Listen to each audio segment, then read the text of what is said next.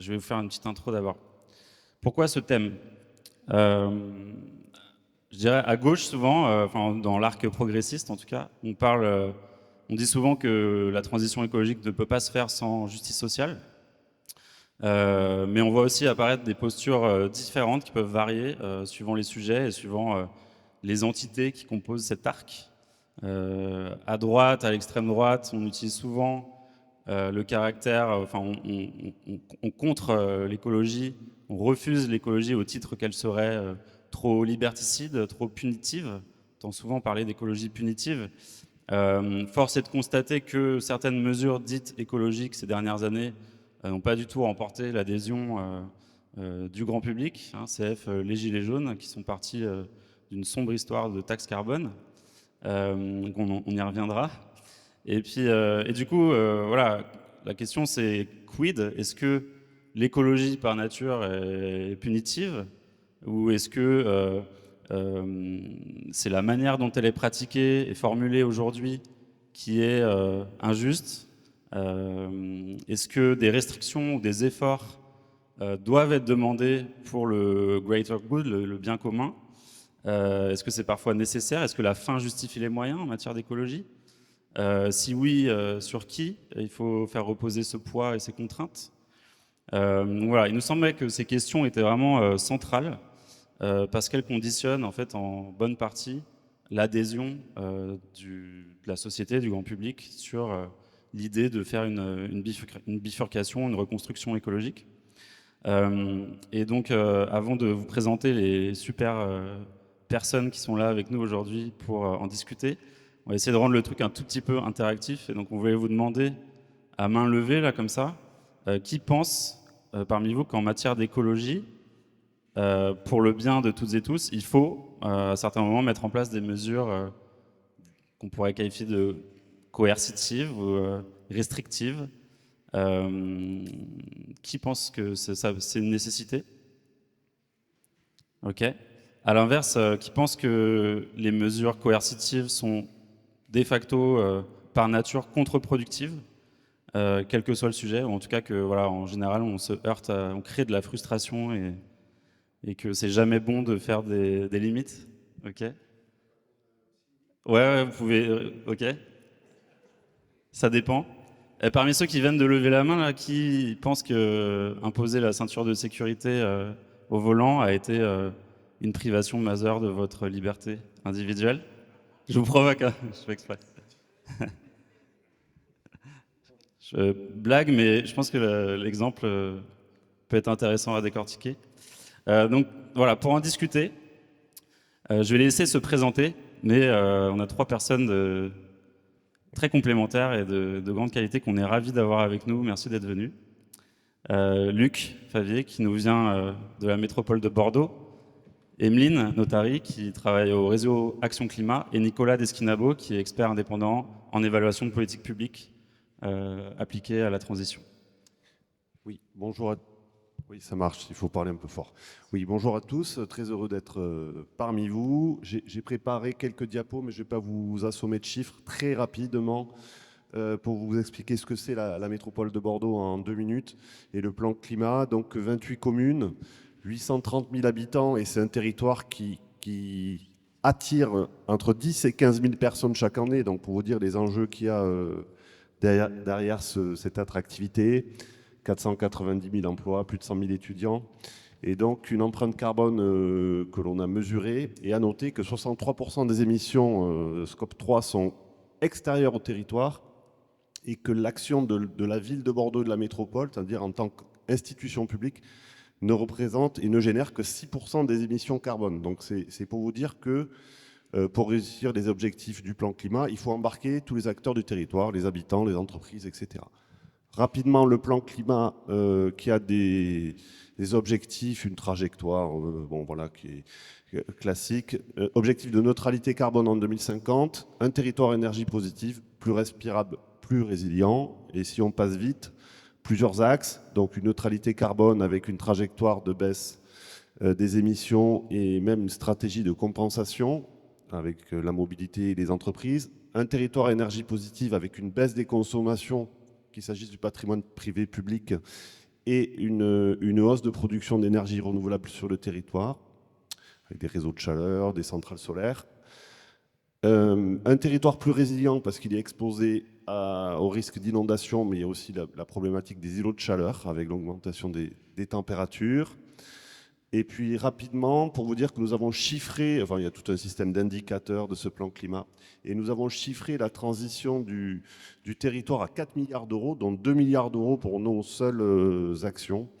Et nous travaillons avec des instituts pour essayer de coter nos budgets et nos programmations pluriannuelles d'investissement pour les côtés climat, pour que nos décideurs flèchent plutôt ces investissements bénéfiques plutôt que d'autres. Et puis, nous travaillons également sur les co-bénéfices avec un volet de l'impact de toutes ces décisions-là sur la santé et la santé environnementale. Voilà en quelques mots. Emeline Notari du réseau Action Climat. Donc, je suis responsable financement de la transition écologique. Donc, le réseau Action Climat, c'est quoi? C'est la branche française du Climate Action Network, qui est la fédération internationale de toutes les associations qui luttent contre le dérèglement climatique. Donc ça a été fondé par WWF et Greenpeace en se disant à un moment qu'il fallait peut-être qu'il y ait un espace pour que toutes les associations et toutes les ONG puissent discuter ensemble. On a la qualité, selon moi, d'avoir pas que des associations climat, mais aussi des associations biodiversité et aussi des associations de lutte contre la précarité. Ce qui nous permet du coup d'avoir un petit tour de 360 sur les politiques climatiques. Et donc sur mon programme que je gère, je m'occupe de tout ce qui est budget de l'État et comment l'État peut financer la transition écologique, donc notamment vis-à-vis des taxes. Et donc c'est comme ça que je m'occupe des sombres histoires de taxes carbone et de tout ce qui est augmentation de vos factures. Donc toutes les personnes qui ont levé la main pour dire qu'elles étaient contre des mesures coercitives, je l'ai pris très personnellement. Et donc, je suis ravie d'être parmi vous aujourd'hui pour vous parler justement de ces politiques publiques et essayer de démêler avec vous si elles sont véritablement coercitives, si c'est une question de mise en place et comment on peut faire en sorte qu'elles soient plus sociales. Donc, bonjour, Nicolas Desquinabo. Donc moi je travaille, j'étais d'abord chercheur, c'est Maghref, qui est INRAE maintenant. Et je travaille depuis une quinzaine d'années dans des différents bureaux d'études pour évaluer les impacts des politiques publiques. Alors j'ai surtout travaillé sur des politiques publiques, donc énergie, logement, et aussi un peu agriculture et transport, des politiques nationales, locales, régionales. Voilà, et donc j'ai participé, donc j'ai rédigé plusieurs notes pour l'Institut Rousseau, et j'ai participé à la grande étude qu'on a fait donc avec Guillaume et Émilie, Road to Net Zero, pour chiffrer les investissements pour la transition carbone au niveau Union européenne. Voilà, et donc là, je vous parlerai surtout après du point de vue évaluation des impacts des différentes grandes mesures dont on va parler. Merci à tous les trois. J'ai l'impression qu'on m'entend beaucoup mieux avec ce micro que le précédent, c'est le cas? Ok, on va utiliser celui-là. Peut-être pour se mettre en jambes, du coup, moi, je vais poser la même question qu'on a posée au public. Vous pouvez prendre quelques minutes pour y répondre chacun à votre manière. Est-ce qu'en matière d'écologie, la fin justifie les moyens? Juste d'avoir votre sentiment comme ça pour lancer le sujet.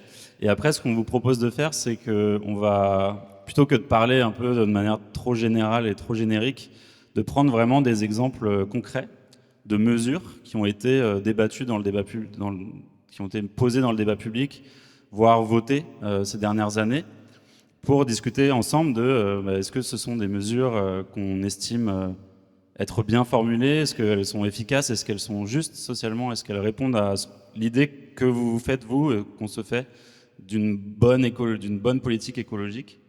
Donc on a 3 exemples, vous anticipez, mais oui, on va parler des taxes carbone en général, des ZFE, donc les zones à faible émission, et de l'objectif ZAN, zéro artificialisation nette. On vous expliquera, Émilie et moi, on sera là pour vous expliquer un tout petit peu, border le sujet à chaque fois, et ensuite on donnera la parole à nos experts. Donc, est-ce que la fin justifie les moyens? Qui veut commencer?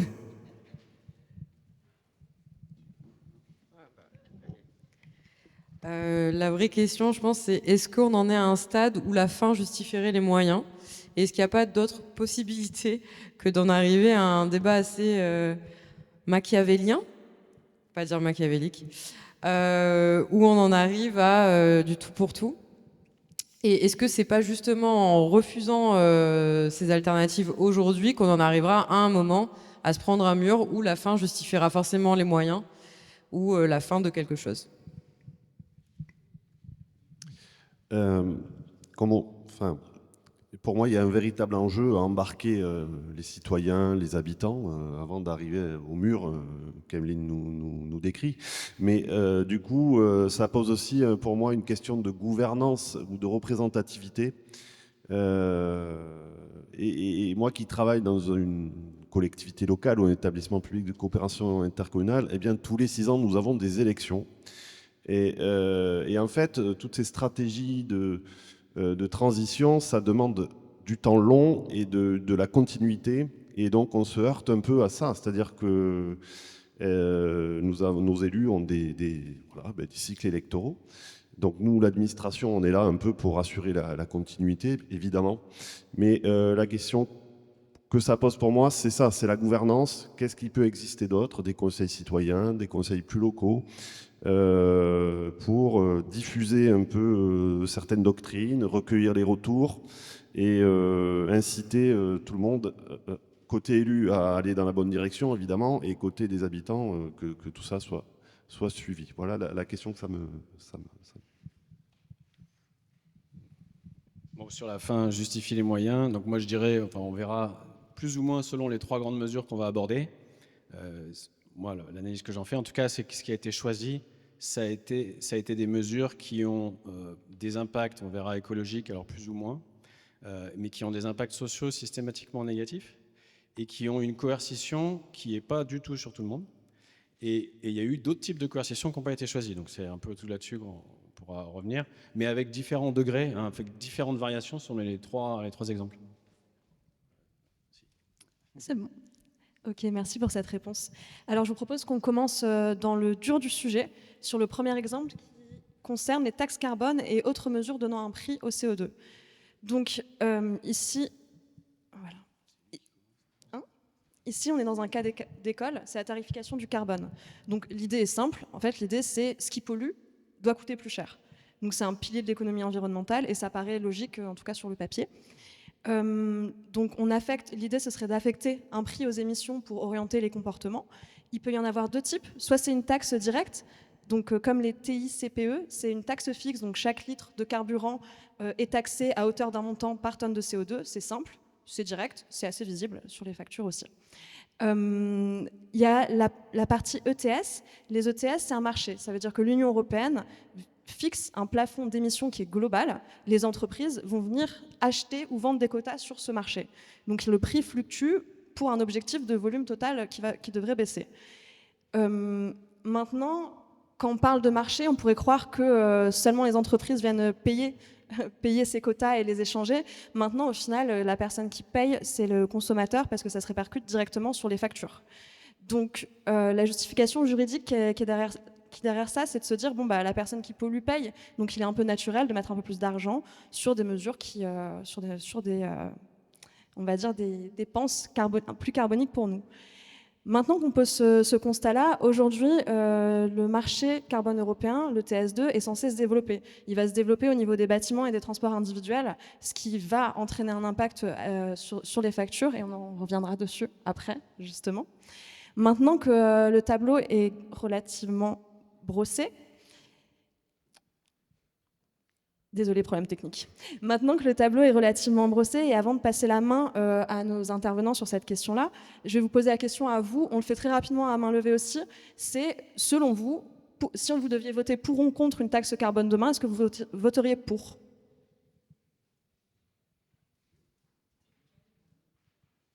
Ok. Et du coup, contre ? Ouais. Du coup, contre. Donc je pense qu'on a 50% pour et 50% ça dépend. Ouais, c'est ça. Ok, très bien. Bah, on rejaugera à la fin de la justification de nos intervenants. Pardon. Donc du coup, la question étant, sur la taxe carbone. Est-ce que vous considérez que c'est un outil réellement efficace d'un point de vue écologique et surtout, est-ce que c'est juste et quelles conditions pour qu'une telle mesure puisse être acceptable? Alors ça dépend effectivement.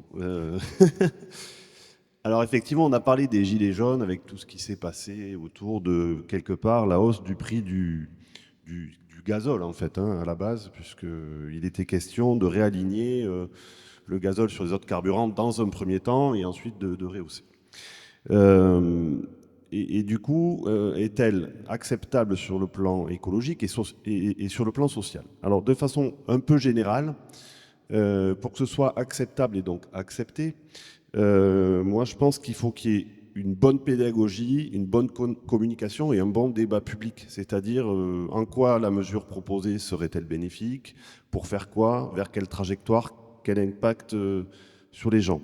Est-ce qu'il existe des alternatives? Parce que si on augmente le prix du carburant de, je dis n'importe quoi, de 30 ou 40 centimes en taxe, quel est le produit de cette taxe? À quoi il est affecté? Que fait-on du produit de la taxe?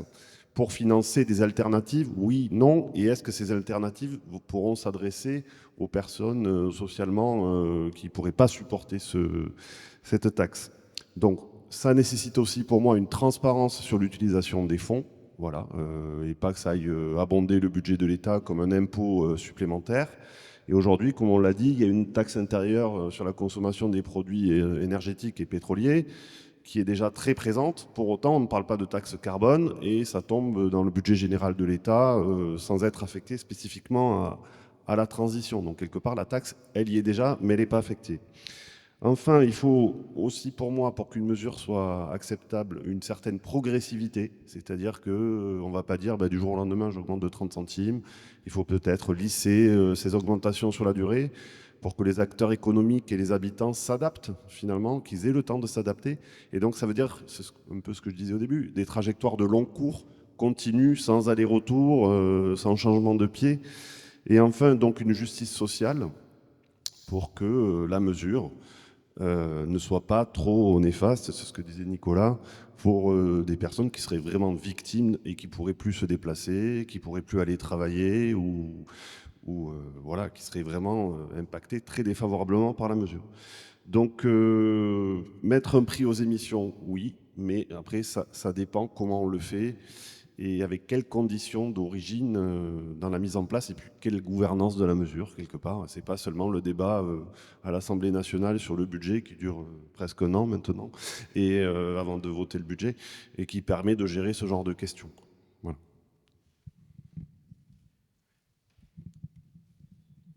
Oui, alors sur les taxes énergétiques, alors là c'est un peu cryptique comme ça.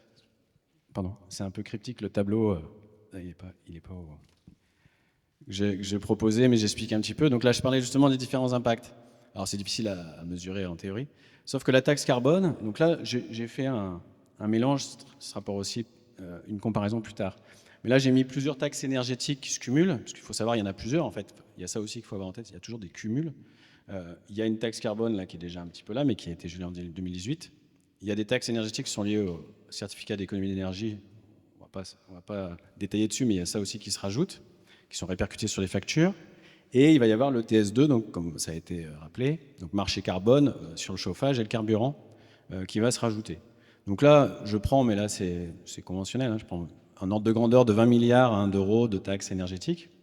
Et pour voir ce que ça a donné en termes d'impact écologique. Alors, c'est difficile à mesurer. Par contre, ce qui s'est passé, il s'est passé quelque chose très intéressant au niveau expérimental, mais alors qui était catastrophique au niveau humain, ça a été la hausse des prix de l'énergie, qu'il y a eu en 2022-2024. Donc vous avez vu à peu près comment c'est monté. La taxe carbone qui est prévue là de ETS2, qui est prévue là bientôt, mais c'est pas exactement quand.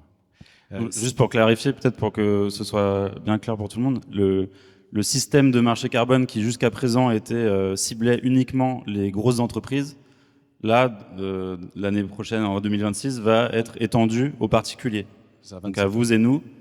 Et donc, il va y avoir une surtaxe sur votre essence, sur le gaz que vous payez pour vous chauffer, etc. C'est ça qu'on appelle le TS2, c'est le passage aux particuliers. d'un système qui, jusqu'à présent, était réservé aux industriels. Et donc voilà, excuse-moi, je t'ai coupé, mais c'est juste pour que ce soit bien clair. Et ce qui est prévu, c'est l'équivalent de 60 € la tonne. 60 € la tonne, c'est ce qui était prévu en fait dans le plan Macron 2017-22, qui devait monter petit à petit. Et donc c'est à peu près ça la chose. Et puis ça se rajoute à des certificats d'économie d'énergie.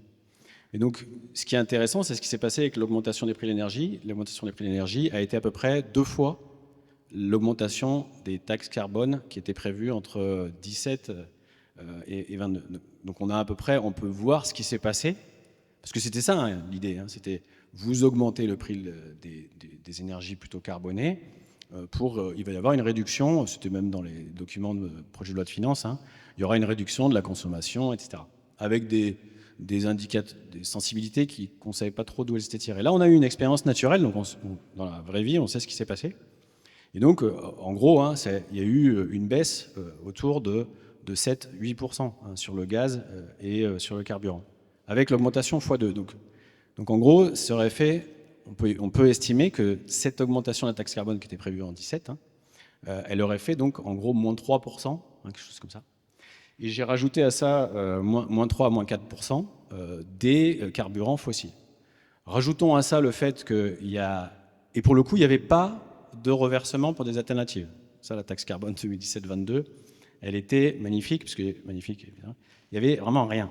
Après, vous avez un autre cas intermédiaire, c'est les certificats d'économie d'énergie, où il y a un petit peu qui est reversé, mais avec, là je passe les détails, mais avec beaucoup de pertes en ligne. Mais vous avez un petit peu qui est reversé sous forme de prime pour changer sa chaudière, etc. Donc là, il y a quand même quelques financements en face pour baisser sa consommation si le prix augmente. Et donc au total, on peut estimer avec ce type-là de mesures mixées, hein, taxe carbone, taxe énergétique avec un petit peu de reversement, vous voyez l'impact, on verra tout à l'heure l'impact d'autres types de mesures. Il y a un impact, c'est-à-dire que ça fait baisser la consommation de fossiles. Mais il faut avoir en tête, c'est l'ordre de grandeur, c'est ça, autour de ça, hein, c'est une estimation. Là où je voulais souligner, l'autre point à souligner, on verra tout à l'heure, il y a parfois aussi différents types d'impacts écologiques. Là, c'est difficile à mesurer, parce que parfois, c'est bon pour les gaz à effet de serre, c'est moins bon pour autre chose, il y a ça qui joue aussi. Et après, il y a l'impact social, et là, l'impact social, pour le coup, taxe carbone, il est clair, c'est que pour les ménages exposés, donc là j'ai pris gros rouleur 20 000 km par an plus maison peu isolée, fuel, etc. ou gaz, vu qu'il y avait peu ou pas, surtout en 2018, il n'y avait pas d'alternative. La voiture électrique, il n'y avait pas d'occasion. Le neuf était hors de portée, donc ça c'était zéro alternative. Et il y avait un petit peu d'alternative sur le chauffage. Vous pouvez toujours quand même changer de chauffage, déjà en 2018. Bon. Mais voilà, c'était alternative assez faible. Ce qui fait que l'essentiel des ménages exposés, en fait, juste en reproduisant les taxes énergétiques sur leur conso, même avec une petite baisse, l'ordre de grandeur, c'est que vous allez avoir, sur 5 ans, hein, je mesurais, sur 5 ans, vous avez 5 000 € quand même de pertes nettes. C'est-à-dire que vous avez quand même une politique dont vous savez hein, qu'il va y avoir les ménages exposés qui vont avoir, ça c'est l'ordre de grandeur pour un cas type, hein, qui vont perdre 5 000 €. Donc ça, c'est l'autre point quand même à souligner. On verra, il y avait quand même d'autres façons de faire baisser la consommation des fossiles. Mais ça veut dire que là, vous avez une coercition qui est très forte. Hein. Ce n'est pas une coercition au sens obligation-interdiction. Mais ça veut dire que vous payez 5 000 € de plus, sachant que c'est des ménages qui en général sont plutôt modestes ou classe moyenne inférieure. Donc ça, c'est Et puis pour finir, il y avait un autre point, on verra ça aussi, c'est à chaque fois ça, c'est que ce qui a été choisi, c'est cette contrainte-là.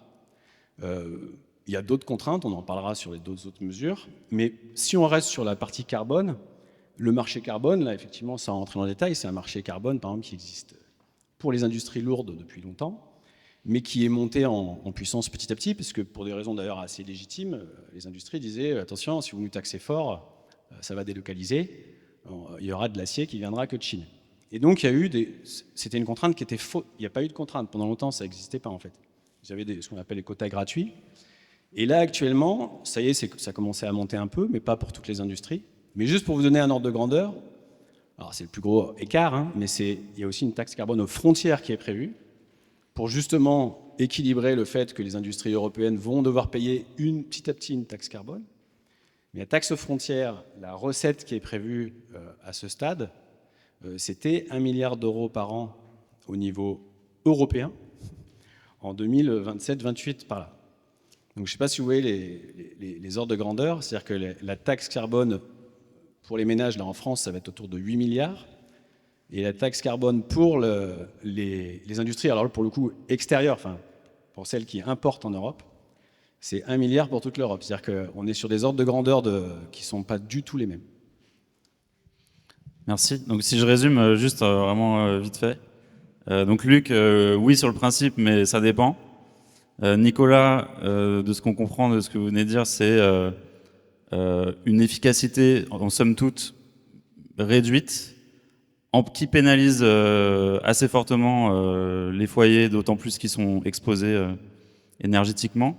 Et en plus, on crée des problèmes d'asymétrie commerciale en pénalisant les entreprises locales. Et s'il n'y a pas des mesures compensatoires, comme la taxe carbone aux frontières, mais il pourrait y avoir d'autres choses, on a aussi un problème avec notre tissu économique. Donc finalement, pour vous, c'est pas une mesure tip-top, j'ai l'impression.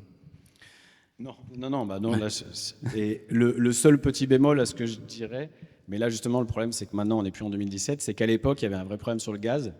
C'est que le gaz effectivement était vraiment pas assez cher entre guillemets, qui était beaucoup moins cher que l'électricité ou que le bois, enfin que les alternatives qui sont moins carbonées ou pas carbonées.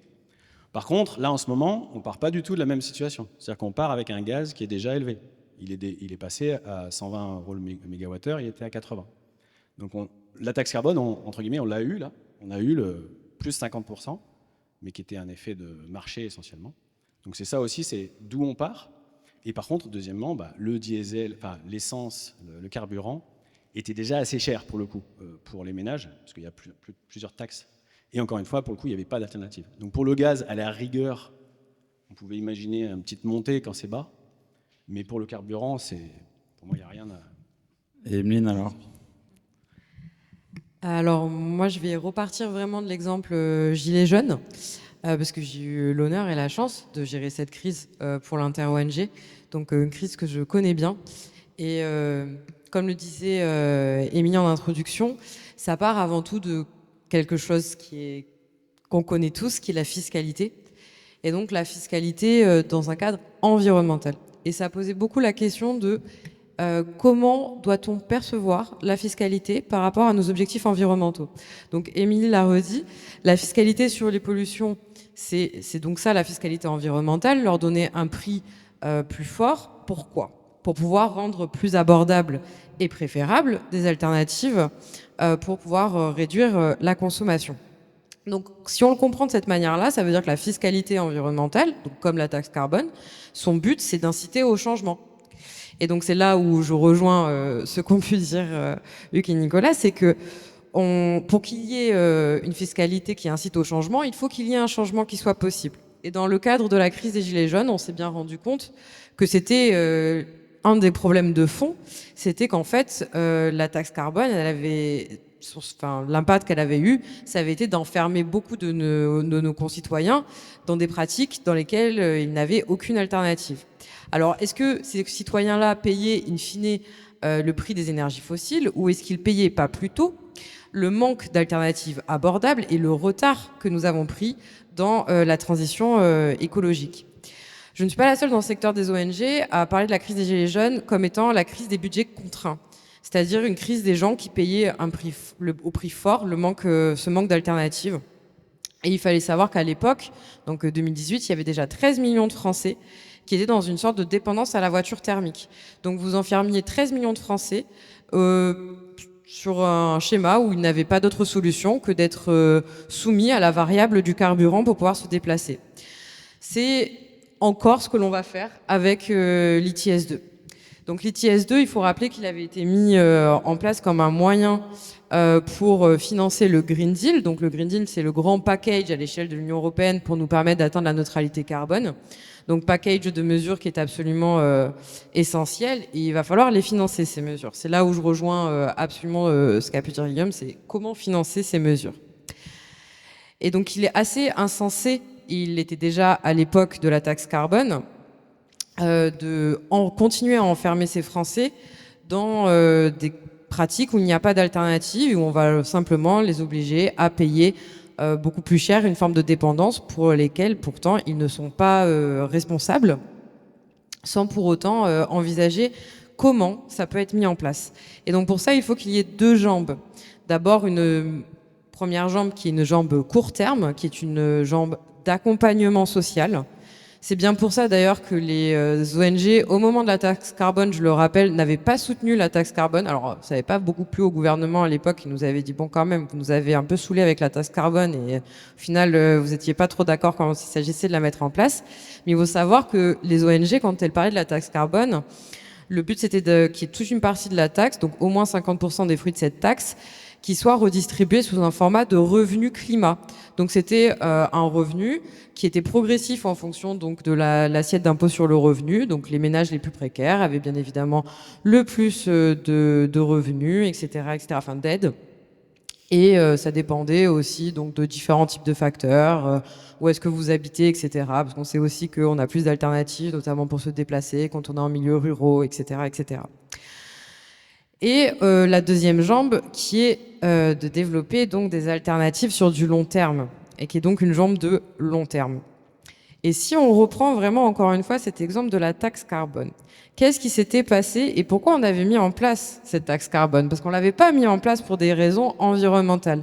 La réalité, c'était qu'il manquait 3 milliards d'euros à Bercy à l'époque pour financer le crédit d'impôt recherche qui est une niche fiscale. Donc là, je rejoins ce que disait Luc. C'est-à-dire qu'en plus, on n'était même pas dédié à des mesures environnementales. Donc on avait 0 degré de marge de manœuvre pour pouvoir financer à court terme des politiques d'accompagnement, à long terme des politiques d'alternative. Et donc à cette époque, je m'étais fait mien et je les refais mien les mots du laboratoire des inégalités et je pense que ça vaut pour de toute façon les 3 sujets dont on va discuter. Et c'est comme ça que je vais conclure ce petit passage qui disait que lorsque les politiques carbone sont mal conçues et ne tiennent pas compte du contexte socio-économique dans lequel elles sont mises en œuvre, elles échouent facilement et génèrent de la méfiance. Et je tiens à rappeler que toutes les différentes études qui ont été mises en place par Parlons Climat, qui est un institut de sondage spécialisé dans les questions climatiques, montrent que la plupart des Français sont d'accord pour avoir des mesures dites coercitives afin de baisser les émissions de gaz à effet de serre. Mais pour ça, il faut qu'il y ait une juste répartition de l'effort. Et on peut se demander du coup si au moment de la taxe carbone, il y avait une juste répartition de l'effort. À mon sens, elle n'était pas là et c'est pour ça qu'elle n'a pas marché. Et à mon sens, elle n'est toujours pas là. Et c'est un grand risque par rapport à l'ITS2. Merci beaucoup. Et pour compléter et aller dans ton sens, il y a une étude qui est sortie cette semaine, ou vraiment très récemment, dans l'American Economic Society, qui a interrogé genre 40 000 personnes dans plus de 20 pays pour leur demander s'ils pensaient que ce sujet de la transition était sérieux et ce qui faisait ou non qu'ils allaient adhérer à d'éventuelles politiques, des politiques écologiques. Et ces gens ont répondu que oui, bien sûr, c'était un sujet sérieux. Et vraiment, je crois que les pays les plus bas, c'est genre États-Unis et Australie, où ils sont à seulement 75% de gens qui disent oui, qui disent quand même oui. Et ça monte à 80-90 dans certains pays. Donc ça, c'est plutôt rassurant, j'ai trouvé. Et la deuxième conclusion, c'est qu'est-ce qui fait vraiment la différence pour vous en termes de perception? Et la réponse, ça va dans le sens que tu viens de dire et de cette conférence en général, c'était est-ce que cette politique est efficace? Oui, non. Est-ce que cette politique est perçue comme juste socialement? Et est-ce que moi ou mon foyer, personnellement, on va y perdre ou y gagner? Ça joue aussi quand même, faut pas déconner. Mais... Donc voilà. Et en conclusion, ce qui est le plus efficace pour embarquer la population, c'est pas en montrant des images du dernier incendie pour faire peur, c'est pas en culpabilisant, c'est en prenant le temps d'expliquer les mesures, en montrant qu'elles sont efficaces et justes. Mais pour ça, autant faut-il qu'elles le soient et qu'elles aient été pensées comme telles. Merci pour ce sujet. Ça vous va, on bascule sur le deuxième, les zones à faible émission. Donc celui-là, peut-être que vous le connaissez plus facilement, s'il est peut-être plus proche de vous. Mais quand même, on va rappeler rapidement ce que c'est. Donc, vous avez peut-être vu ces panneaux dans certaines de vos villes, ou ici à Paris. Les ZFE, donc c'est des zones où tout simplement on va restreindre l'accès à des véhicules qui ne remplissent pas des critères suffisants en matière d'émissions. On ne va pas forcément ici cibler le CO2, mais plutôt des émissions de gaz autres, typiquement les NOx, donc et oxydes d'azote qui vont avoir un impact sur la qualité de l'air. Et donc plus votre voiture est ancienne, et suivant le type de motorisation, plus vous allez avoir un macaron gentil ou mauvais, qui va aller de 1 à 5. Et vous allez avoir ou non accès avec votre véhicule à la zone en question. Ça, à la base, ça vient de différents endroits. Ça a été le fruit de négociations avec l'Europe. Ça a été une des conditions à laquelle la France s'est engagée pour recevoir une partie des aides européennes dans le cadre du plan de relance.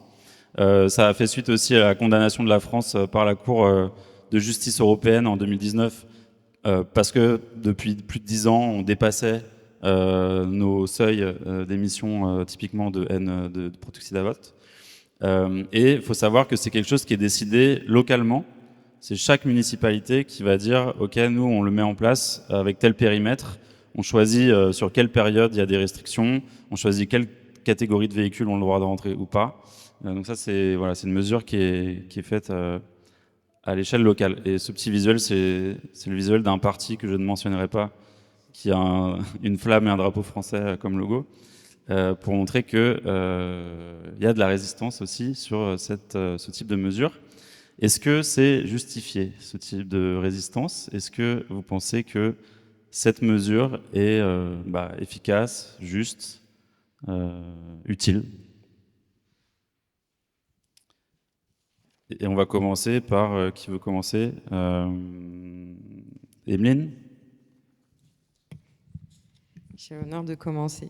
C'est super parce que ça a fait le grand lien avec ma dernière prise de parole sur le droit à l'alternative et le manque de cohérence des politiques publiques environnementales. Donc sur les zones à faible émission, juste pour replacer un peu le contexte dans lequel je prends la parole, on travaille énormément avec une de nos associations membres, donc le Secours catholique, pour justement essayer de démêler un petit peu l'impact que ça peut avoir et comment rendre ça véritablement efficace.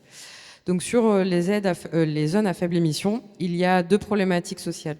Une problématique de court terme, qui est donc le fait que, je ne vais pas m'attarder dessus parce que tout le monde sait très bien ce que ce sont donc les personnes les plus précaires qui vivent le plus loin des centres-villes, qui ont le moins de possibilités d'avoir droit à l'alternative, de pouvoir changer de véhicule, etc.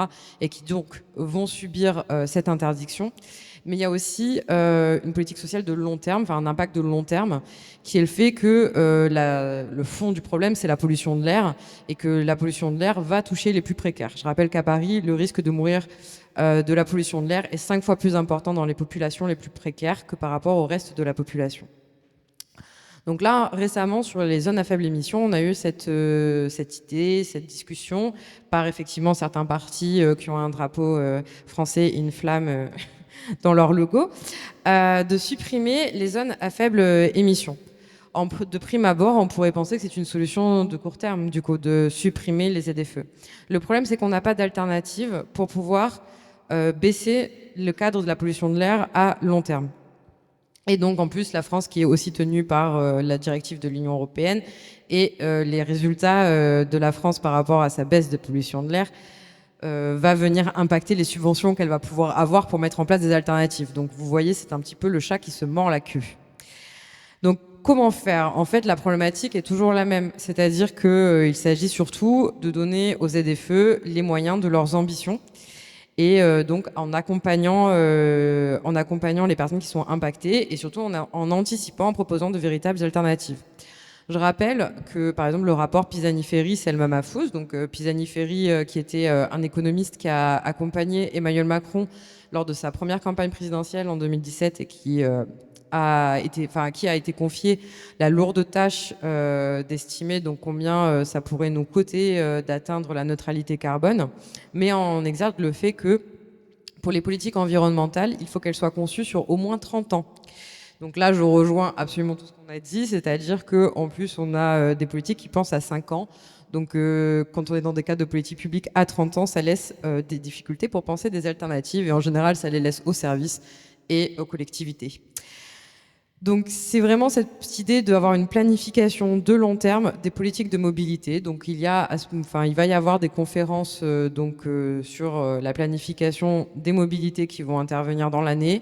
Il y a aussi des stratégies de financement pluriannuel de la transition écologique, il va falloir à chaque fois se poser la question.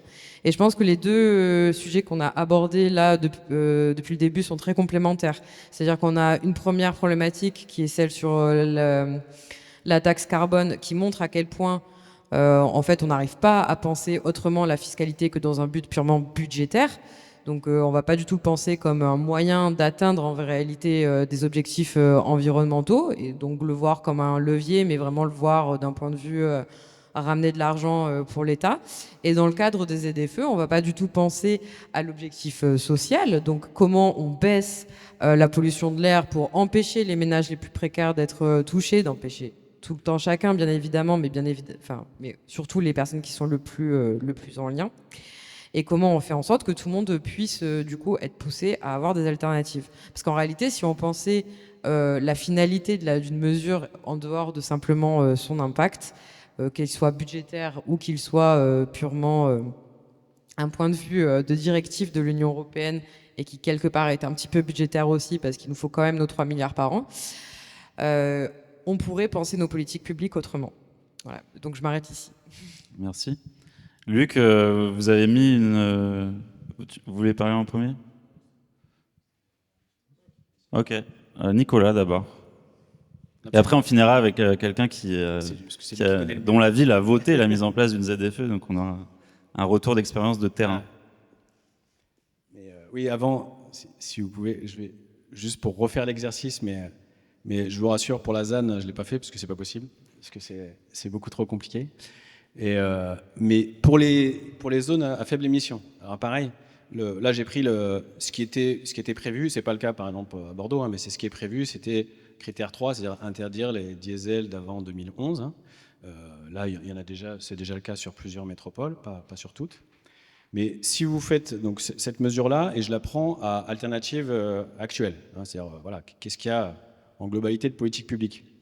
Les zones à faible émission à ce moment-là, vous avez, et là c'était pour illustrer le fait que selon les critères écologiques, parfois vous avez des impacts qui sont pas les mêmes. C'est-à-dire, à alternative actuelle, hein, je souligne ça, parce qu'après on verra plus tard qu'il y avait d'autres moyens aussi de faire, mais effectivement à plus long terme.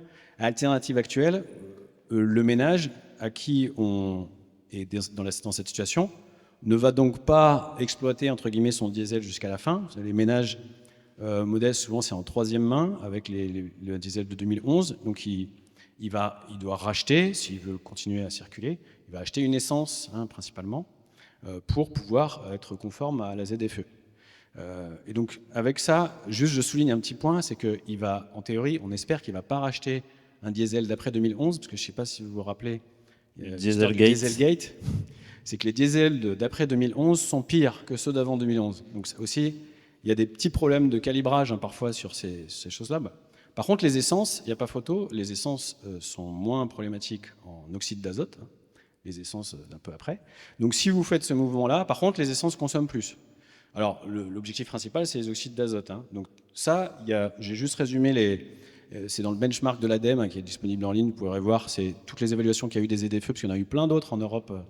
Alors, c'est pas les mêmes calibrages, c'est pas les mêmes moments, c'est compliqué à préciser.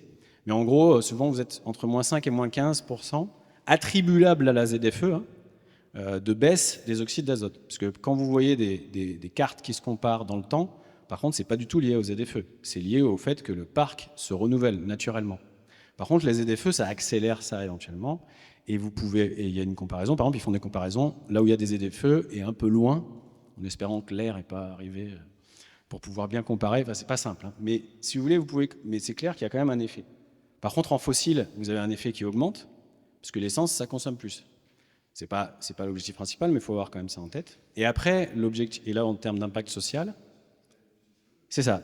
En CO2, il y a un peu moins de différence, mais ça émet plus de CO2, exactement. Et surtout, ça fait consommer plus de carburant. Et après, en impact social, c'est un peu compliqué chez FE, mais parce que justement, tout dépend des primes.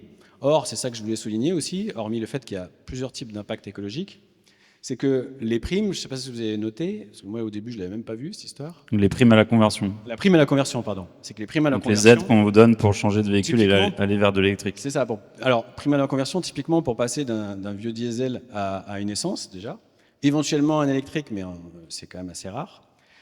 Ces primes à la conversion, au moment où les ZFE sont rentrés en phase, disons, d'augmentation début 2025 dans pas mal de métropoles, elles ont été supprimées. Donc franchement, je ne m'y attendais pas. Pourtant, dans l'histoire, il y a eu Donc pas on mal a scié l'aide au Ouais. changement alternatif Ça, en même temps exactement. qu'on mettait la Donc, contrainte. les métropoles, après, elles se débrouillent. Heureusement, les métropoles, elles ont plus ou moins... Alors heureusement, ça dépend.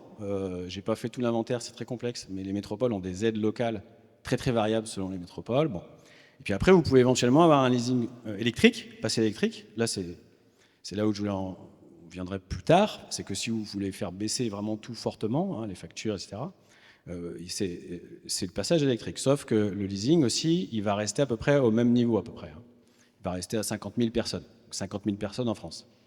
Sachant que l'ordre de grandeur des diesels d'avant 2011, c'est pas ce qui concerne vraiment 2025, hein, parce que toutes les métropoles ne sont pas allées dessus. Mais si on était sur tout le critère 3 là, sur les métropoles et les grandes agglos, on est quand même sur un parc autour de 5 millions de véhicules hein, qui a changé. Je parle en critère 3. Hein, enfin, donc ça fait quand même du monde. Et là, effectivement, on a besoin de pas mal d'années, hein, parce que tout le monde ne renouvelle pas son véhicule, etc. Mais si vous avez noté, vous avez vu, prime conversion, il y a un petit moment où elles étaient un petit peu intéressantes, effectivement. Mais bon, ça a bougé. Là, il n'y en a plus. Et le bonus électrique aussi a été assez inconstant. En tout cas, tous ceux qui sont concernés n'ont pas du tout eu le temps de fait de changer leur véhicule, soit en essence pour faire un petit gain en oxyde d'azote, soit en électrique pour faire un bien plus gros gain. Et là, je finis par là, c'est les différences de contraintes. Et alors là, c'est du même ordre ou encore pire que les taxes carbone. C'est qu'il y a une autre contrainte qui existe dans le domaine, qui est le verdissement des flottes pour les grandes entreprises. Donc les grandes entreprises doivent acheter un certain pourcentage chaque année, parce que c'est elles qui achètent en gros la moitié du neuf. Et elles devaient être autour de 20% d'électrique ou hybride rechargeable. Or, les entreprises et puis les ménages aisés, c'est eux qui achètent les véhicules. Et après, c'est des classes moyennes qui les achètent à 5 ans. Et après, c'est un peu plus tard, d'autres qui les achètent en occasion.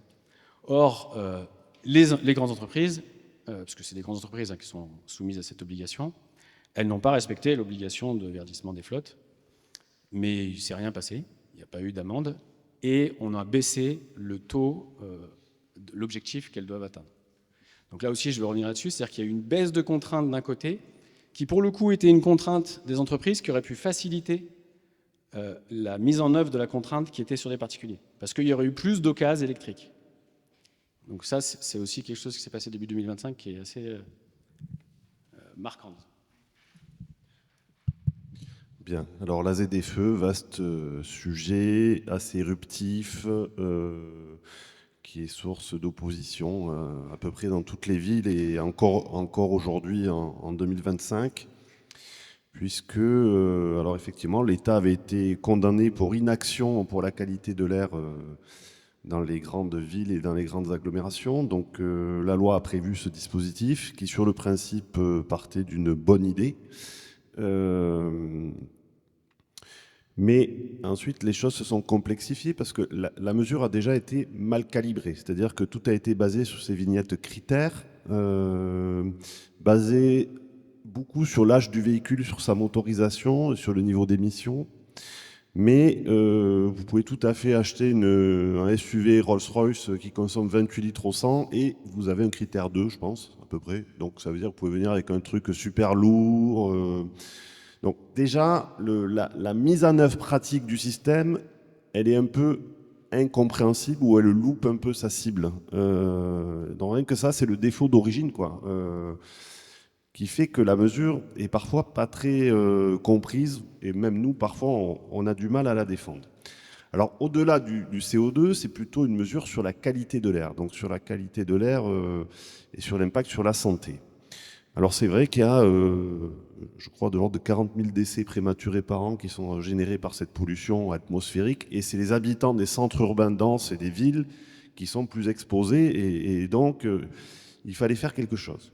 Alors moi, je voudrais resituer aussi les ZFE dans un contexte de mesures plus globales en faveur d'une mobilité qui ne soit pas basée sur la voiture individuelle. C'est-à-dire que On est tous, enfin moi j'étais pas né, mais on va dire depuis 70 ans, le prisme de la voiture individuelle est devenu la façon d'aménager les villes pour la voiture. L'espace public est utilisé à plus de 80% pour la voiture. Et petit à petit, on a fait disparaître les vieux tramways, on a fait disparaître, enfin les gens circulaient en vélo, ils circulent désormais, enfin ils circulaient en voiture, parce que, évidemment on est en train de revenir là-dessus. Et donc on était arrivé à la fin des années 70, début des années 80, à tout pour la voiture, et donc avec ce niveau de pollution qui était lié, parce qu'en plus les moteurs à l'époque, je pense qu'ils devaient bien polluer. Et donc l'amélioration de la qualité de l'air, au-delà de la seule ZFE, ce que je voulais vous dire, c'est que c'est quand même un schéma d'ensemble global sur les mobilités. Et si on prend l'exemple de Paris, il y a eu plusieurs mesures successives. Alors il y a un réseau de transport en commun qui a été amélioré et qui est en cours d'amélioration. Notamment pour les déplacements de banlieue à banlieue ou avec des nouvelles lignes. Mais il y a eu aussi des voies bus en site propre qui ont été créées pour faire en sorte que le bus qui était planté dans le bouchon n'était pas performant, soit plus performant. Il y a eu un plan cyclable avec des pistes cyclables qui ont été créées pour refaire venir ce moyen de déplacement au goût du jour et qui est très performant dans une ville comme Paris, à la taille de la ville. Une contrainte aussi sur le stationnement, c'est-à-dire que si vous enlevez des places de stationnement dans la rue ou que le stationnement en ouvrage est plus cher, quelque part...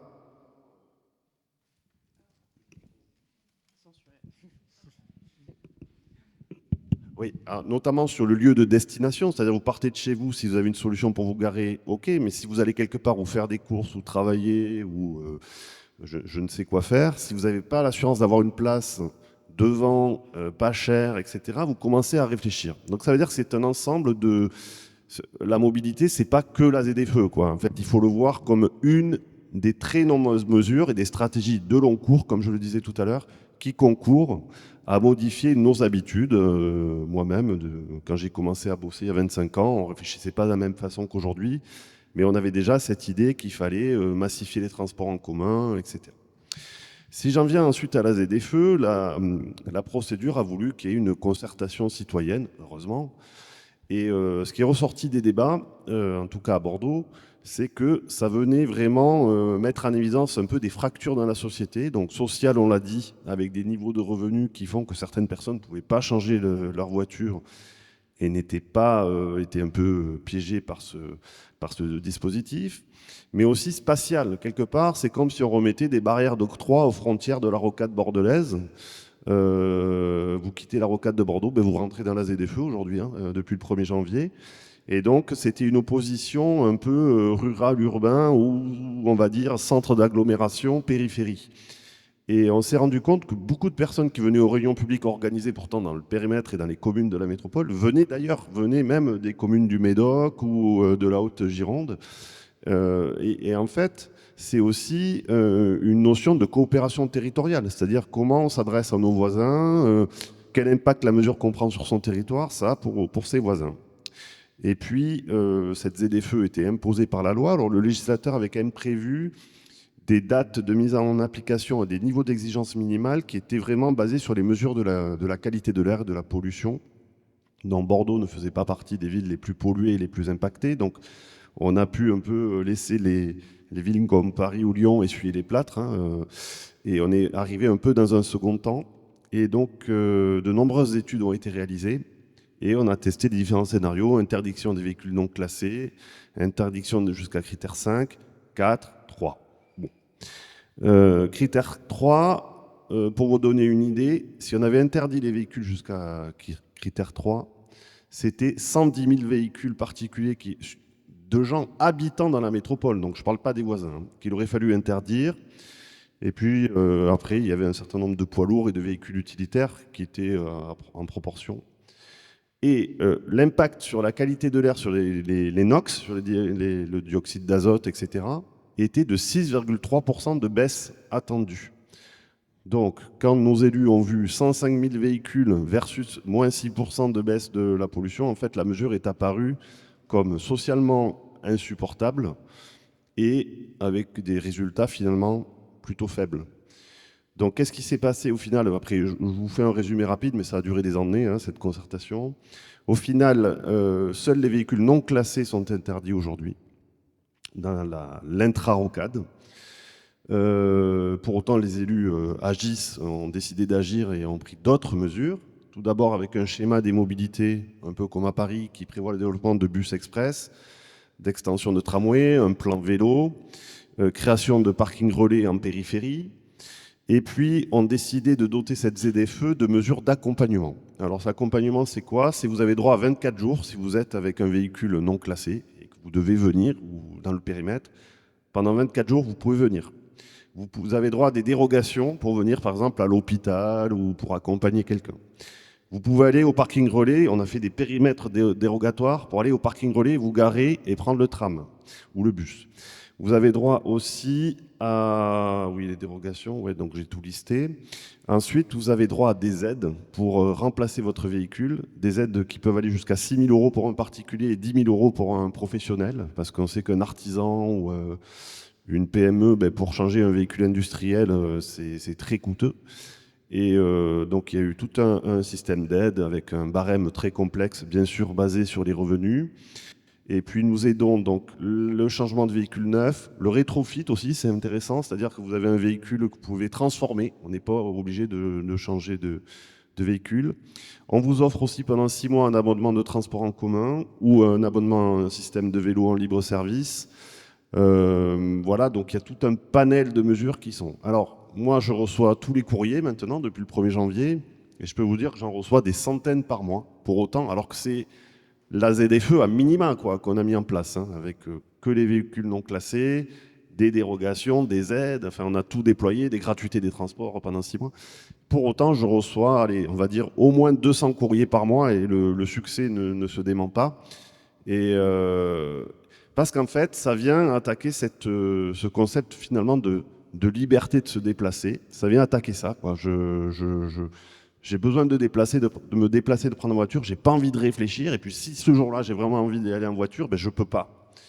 Alors là où on n'est pas aidé non plus, et finalement ça a un peu arrangé nos élus, mais finalement pour l'effectivité de la mesure, en fait la mesure aujourd'hui elle est assez peu respectée. C'est-à-dire que l'État nous avait promis un super système de verbalisation automatique, c'est-à-dire il aurait suffi de mettre des caméras aux sorties de rocade ou aux voies qui rentraient dans l'agglomération pour imaginer presque un système de radar automatique, quoi, et de détection. Ce système était prévu pour 2022, puis pour 2023. Bon, en gros, aujourd'hui, on nous dit peut-être qu'en 2027, vous aurez le système de verbalisation. Donc ça veut dire qu'en plus, la contrainte repose sur les forces de l'ordre et souvent sur les polices municipales. Donc vous n'avez même pas non plus d'outils qui aident les élus à mettre en œuvre la mesure. Donc en fait, on a mis un peu la charrue avant les bœufs sur ce système.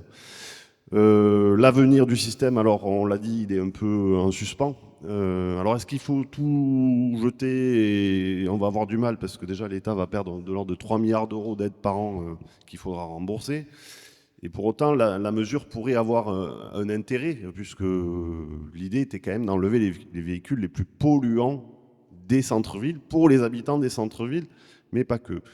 Donc, moi, je pense qu'on pourrait garder la mesure. Et ce que je proposerais bien, c'est au lieu d'avoir des obligations comme ça, c'est de donner plus de souplesse, peut-être de laisser un peu plus de temps, et peut-être de revoir le système de ces vignettes critères qui sont un peu, voilà, aujourd'hui pas très pertinentes, quoi. On peut se le dire. Et de toute façon, on doit s'intégrer dans un schéma des mobilités plus global que le seul système de ZFE, notamment à Paris. Là, donc, il y a une zone à trafic limité. Donc, alors, c'est encore plus dans le cœur, dans les arrondissements centraux. Donc là, c'est un système qui existe en Italie depuis très longtemps, avec des villes très polluées comme Milan, Turin, qui ont des ZTL, zone à trafic limité. Et là, c'est pas basé sur j'ai une voiture récente, une voiture qui pollue ou pas, c'est j'habite où j'ai vraiment une bonne raison d'y aller, j'ai le droit d'y aller, ou j'y habite pas et j'ai pas le droit d'y aller. Donc en gros, j'ai pas à traverser, ou si je veux y aller, je me gare et j'y vais différemment. Donc c'est différent parce que vous n'avez pas le problème social, vous n'avez pas ce système critère qui est un peu... Et donc là, c'est une mesure qui peut être aussi très contraignante, mais qu'on arrive à expliquer par l'encombrement du centre-ville, par sa pollution. Donc c'est un autre système, vous voyez, qui doit s'appliquer à une échelle peut-être moins grande que toute une agglomération intra-rocade, mais qui peut aussi avoir de très bons résultats. Il y a aussi la baisse de vitesse, il y a le développement du vélo. Bon, je ne vais pas revenir sur tout ce que j'ai dit, mais c'est tout un panel de mesures qu'il faut mettre en œuvre pour moi, améliorer cette question de la qualité de l'air dans l'agglomération. Merci Luc pour ce retour très concret pour le coup. Peut-être que tu pourras nous faire un retour à 1 an pour savoir le nombre de courriers que tu auras et peut-être des courriers convaincus par la mesure en l'occurrence. On arrive sur notre troisième et dernier exemple. Donc là, on va parler de ZAN, zéro artificialisation nette. Donc contrairement aux 2 mesures qu'on a listées avant, là c'est un peu plus récent et un peu moins développé. Mais démarrons sur le constat. Donc déjà en résumé, ZAN, c'est zéro artificialisation nette. En fait, c'est la France s'est dotée d'un objectif à 2050 concernant l'artificialisation de ses sols. C'est-à-dire que aujourd'hui, on artificialise à peu près l'équivalent d'un département tous les 10 ans. Donc ça veut dire que c'est des sols qui ne sont plus utilisables pour l'agriculture, pour la forêt, pour les puits de carbone, etc. Aujourd'hui, la France est dotée d'un objectif en disant à 2050, on doit être à zéro artificialisation nette, ce qui veut dire qu'en fait, à 2050, on souhaite soit ne plus artificialiser, soit compenser une artificialisation par la renaturation d'un autre espace protégé. Donc le constat, donc cet objectif, il partait d'un constat, c'est que cette artificialisation, on gagne du terrain, on gagne du terrain et on utilise de plus en plus de surface, que la qualité des sols, forcément, en est impactée. Et l'objectif dans les ZAN, c'est de dire que cette qualité des sols doit être dans les documents d'urbanisme. Pour qu'on retourne, désolé, je regarde le schéma en même temps, pour qu'on retourne à des fonctions des sols qui soient à nouveau écologiques, qui permettent des exploitations maraîchères, une vraie biodiversité, en bref, qu'on ait des sols qui soient vivants et qui fonctionnent.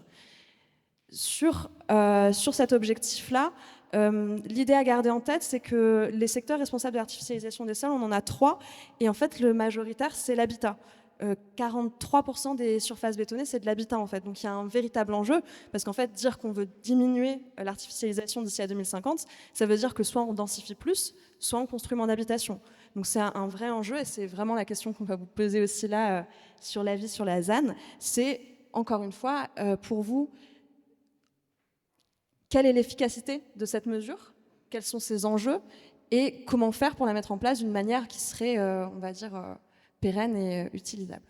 Et là-dessus, Luc, je te donne la parole, parce que je sais que tu as travaillé là-dessus. Parce que Luc ne s'est pas présenté en introduction, mais Luc avait aussi travaillé à Nice et à Montpellier. Voilà, j'ai travaillé dans ma vie professionnelle dans 2 autres villes avant, Montpellier et à Nice. Et donc, c'est une bonne façon de débuter ce que je peux vous dire, c'est-à-dire que cette loi, elle est prévue pour s'appliquer de façon presque uniforme, de la même façon sur tous les territoires. On doit réduire l'artificialisation et tendre au zéro artificialisation nette. Bon, alors l'objectif, moi je le partage tout à fait, c'est-à-dire qu'on a tous vu, alors pour ceux qui habitent vraiment dans Paris ou dans des centres-villes, tout est déjà construit, donc là, pas de sujet. Par contre, dès que vous vous éloignez en périphérie, ou que vous allez dans des villes moyennement denses, comme Bordeaux par exemple, là vous avez un vrai sujet.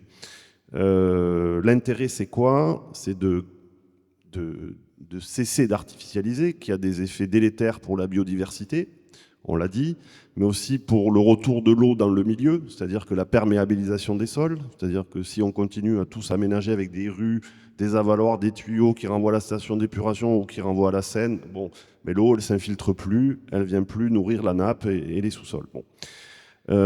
Donc l'objectif général, il est bon, parce qu'on a tous vu en périphérie ces zones d'activité avec le hangar, le parking autour, le portail, ok, le hangar d'à côté avec son parking, le magasin avec son grand parking, les lotissements où toutes les maisons sont les mêmes sur des kilomètres. Et donc en fait on s'est peu soucié depuis notamment que l'État a décentralisé aux élus les PLU ou les POS à l'époque. C'était même l'État qui faisait les POS et les PLU, qui les a fait comme ça. Et alors on pouvait faire des lotissements sur des hectares et des hectares et des hectares. Et ça correspondait aussi aux Français qui avaient envie d'avoir une maison individuelle, d'avoir leur chez-soi, ou alors aux Français qui ont dû s'éloigner des centres-villes parce que le foncier était devenu trop cher aussi. Et donc si vous vouliez vous loger quand vous fondiez une famille dans un parcours résidentiel, vous aviez besoin de plus de place, et donc il fallait s'éloigner, et donc il fallait artificialiser. Bon, c'était un peu la logique qui a prévalu, avec les effets sur les transports, les temps de trajet, bon, etc. Alors, comme le disait Émilie, j'ai travaillé dans 2 autres villes au contexte très différent, et on peut illustrer ça. Nice, c'est une ville qui est coincée entre la montagne, les collines et la mer. Bon, mais c'est simple, tout ce qui pouvait être construit est construit. C'est-à-dire que le centre-ville, il est ultra dense parce qu'il est très petit, et pourtant il y a beaucoup de monde. Toutes les collines, il y a des maisons qui ont été construites, donc dès qu'il pleut, il y a des glissements de terrain. Et la seule plaine agricole qui restait, c'est la plaine du Var, et elle est l'objet d'une forte pression. C'est-à-dire que d'un côté, il faudrait aménager des nouveaux habitats pour respecter les quotas de logements sociaux, qu'il n'y a pas. Il faudrait aussi développer l'économie, il faudrait avoir des établissements d'enseignement, une nouvelle clinique, vous voyez, tous les besoins d'une agglomération comme Nice. Le seul endroit qui est plat et qui est potentiellement constructible, c'est la plaine agricole du Var. Et ben alors, je peux vous dire que c'est pas simple de défendre ça, surtout que les agriculteurs, comme ils ont du mal à vivre de leurs revenus agricoles, ils ont plutôt vocation à faire de l'immobilier, quoi. Bon. Montpellier, c'était un autre concept très différent. Il y a eu une vision en 1977 par le maire élu alors, Georges Frêche, même s'il y a eu des petits problèmes après par la suite. C'est quelqu'un qui avait une vision de développer sa ville et son agglomération et qui a fait une chose très simple, c'est qu'il a acheté tout le foncier autour de la ville. C'était des vignes à l'époque qui avaient peu de valeur puisqu'il y avait une crise viticole, et qui a maîtrisé tout son foncier et qui a, avec un outil, une SEM, une société d'économie mixte, a aménagé les premiers quartiers de façon dense autour d'axes de transport en commun, avec je crée de la ville, et avec cette société qui a aménagé ces quartiers-là, les recettes générées permettaient ensuite d'aménager les nouveaux quartiers, etc. Donc c'était plutôt vertueux et c'était dense. Alors est-ce qu'aujourd'hui on referait pareil à Montpellier avec le ZAN? Ben, peut-être pas, parce que l'air de rien, la ville a gagné plus de 120 000 habitants, mais on a consommé beaucoup de terres agricoles. Donc en fait, peut-être qu'aujourd'hui, on ne se poserait pas la question de la même façon. Et puis Bordeaux, contexte très différent, puisque pour ceux qui connaissent, la ville est pas très dense dès qu'on s'éloigne du centre-ville. Il y a des maisons de 1 étage, parfois 2, quelques copropriétés. Dès que vous vous éloignez, c'est vite du tissu urbain. Et c'est pas un bon exemple aujourd'hui, parce que la ville, c'est vraiment étalée. Elle a consommé beaucoup de territoires, de terres agricoles ou de bois. Et donc, on part presque comme étant un peu les mauvais élèves. Alors, ces 3 illustrations, pourquoi? C'est que la loi s'applique de façon uniforme sur des territoires très différents, qui n'ont pas les mêmes enjeux. Bordeaux attire, Nice, ils ne peuvent plus attirer, il n'y a plus de place. Mais ça pose aussi pour moi une question un peu plus générale au niveau national, entre le phénomène de métropolisation, c'est-à-dire que finalement, on attire des emplois, on attire les habitants, on attire les activités, on attire les centres culturels, on attire tout dans les grandes métropoles. Et au final, les grandes métropoles, elles ont consommé beaucoup de foncier, les gens s'éloignent. Donc en fait, c'est même ce modèle de métropolisation qu'il faut réinterroger. Parce que à force, je pense qu'on ne peut plus, au niveau national, tout concentrer dans ces grandes métropoles. Alors les métropoles, elles héritent de cette obligation légale. Et donc, moi, ce que je peux vous dire, c'est que ça pose des problèmes de gouvernance à plusieurs niveaux. Tout d'abord, il y a des schémas régionaux qu'on appelle les SRADET qui fixent des objectifs qui sont déclinés par territoire à l'intérieur d'une même région. Alors, comme la métropole de Bordeaux l'avait beaucoup consommé, son objectif là, sur les premières années, au lieu d'être 50%, c'est 56%. C'est-à-dire, comme vous consommez beaucoup finalement, et même si on réduit, vous allez pouvoir continuer à consommer beaucoup. Donc déjà, à l'échelle d'une région, il faut redispatcher l'objectif. Ensuite, vous arrivez à l'échelle du SCOT, le schéma de cohérence territoriale. Donc, en gros, c'est le grand bassin de vie autour d'une agglomération qui peut contenir plusieurs agglos, plusieurs EPCI. Et là, l'objectif, ensuite, il est redécliné à l'intérieur. Et ensuite, vous arrivez à l'intérieur de la métropole elle-même, où vous devez dire, ah oui, alors donc on doit réduire, et ok. Et donc, ensuite, comment on fait à l'intérieur de chaque commune? Donc, ça veut dire que vous avez l'État, la région, le SCOT, l'agglomération et la commune. Donc ça veut dire que quelque part, il y a une gouvernance à inventer autour de cet objectif-là. Parce que la contrainte, c'est qu'il faut un changement culturel dans le développement. C'est-à-dire qu'il faut utiliser la ville qui est déjà là, ce qui est déjà bâti, pour la densifier. La zone d'activité, au lieu d'être une zone d'activité mono-activité, ça doit devenir une zone mixte, où il y a à la fois l'emploi et le logement au même endroit. Comme ça, les gens se déplacent moins et ils trouvent à peu près tout ce qu'ils veulent sur le territoire. Les quartiers où il n'y a que des maisons, il faut imaginer qu'on puisse avoir du collectif, notamment autour des axes de transport en commun. Donc ça touche là vraiment à nos PLU, à nos PLU intercommunaux. Et donc c'est un changement culturel pour les élus et donc pour les habitants, parce que est-ce qu'une ville comme Bordeaux, qui est agréable, qualité de vie super, hein, venez nombreux, mais en fait... Si finalement on bâtissait des immeubles de 3 ou 4 étages comme ça a été fait ici à Paris, est-ce que ça resterait agréable? C'est-à-dire que la ville, structurellement, elle n'est pas faite pour ça. Donc qu'est-ce que c'est une densité désirable, acceptable pour la population aussi? Donc voilà, donc ça pose des débats. Et ensuite, moi je pense que ça pose aussi un débat, c'est ça, sur cette métropolisation, parce qu'il y a peut-être des secteurs qui, au contraire, il va falloir rééquilibrer des villes moyennes. Je sais pas, j'ai en tête Montauban, Libourne, vous voyez, Agen, qui peut-être, elles vont, comme on ne pourra plus concentrer tout dans les métropoles, vont peut-être devoir se développer. Imaginez, il y a un grand projet industriel qui arrive pour développer je ne sais quoi dans une ville. Si elle est coincée par Lausanne, voilà. Donc en fait, ce que je pense, c'est qu'il faudrait un peu revoir le dispositif. Alors il est question que déjà l'échéance de 2031 soit reportée à 2034 ou 2035, je ne sais plus. Donc déjà qu'on donne plus de temps. Et ce que je disais en préparant cette table ronde, c'est qu'il y a un exemple qui n'a rien à voir, mais c'est l'accessibilité des bâtiments publics notamment. Et il y a un agenda d'accessibilité programmé. Vous devez, pour telle date, faire tant % de bâtiments, etc. Mais chaque ville a dû le décliner à sa propre sauce quelque part. Je pense qu'on pourrait se donner la trajectoire de 2050, mais laisser à chaque territoire la maîtrise de la définition de sa propre trajectoire. Parce que peut-être que les enjeux ne sont pas les mêmes partout, et qu'on pourrait l'appliquer un peu différemment. Voilà. Merci. Emeline? Oui, alors sur l'artificialisation des sols, moi je vais peut-être avoir un discours moins concret, parce que c'était un sujet que j'ai beaucoup suivi lors de la loi Climat et Résilience. Donc la loi Climat et Résilience, c'est la loi qui a suivi la Convention citoyenne pour le climat.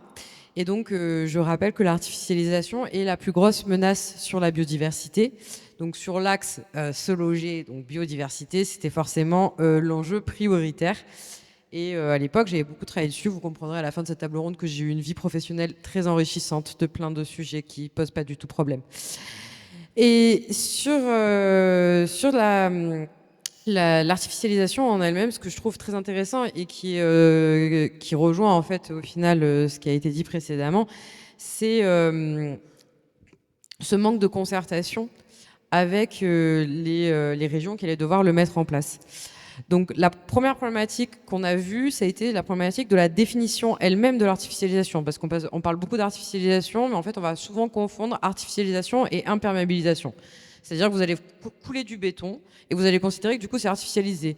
Mais à côté de ça, un agriculteur par exemple qui va faire que de la PAC et qui va tuer absolument son sol va ne pas être considéré comme artificialisé. Ou alors, on a eu la problématique aussi des golfs. Je sais que ça vous paraît très anodin, mais ça ne l'a pas du tout été pendant la définition de la loi climat et résilience. Croyez-moi, si vous avez vraiment du temps à perdre, regardez toutes les auditions qu'on a pu faire avec les personnes des golfs en face. Ça a été très compliqué. Je ne m'attendais pas à ce qu'ils déploient autant de personnes pour pouvoir nous dire qu'il ne fallait pas qu'on définisse l'artificialisation par rapport à la qualité des sols. Parce que du coup, ça comprendrait que les golfs ne sont pas considérés comme artificialisés.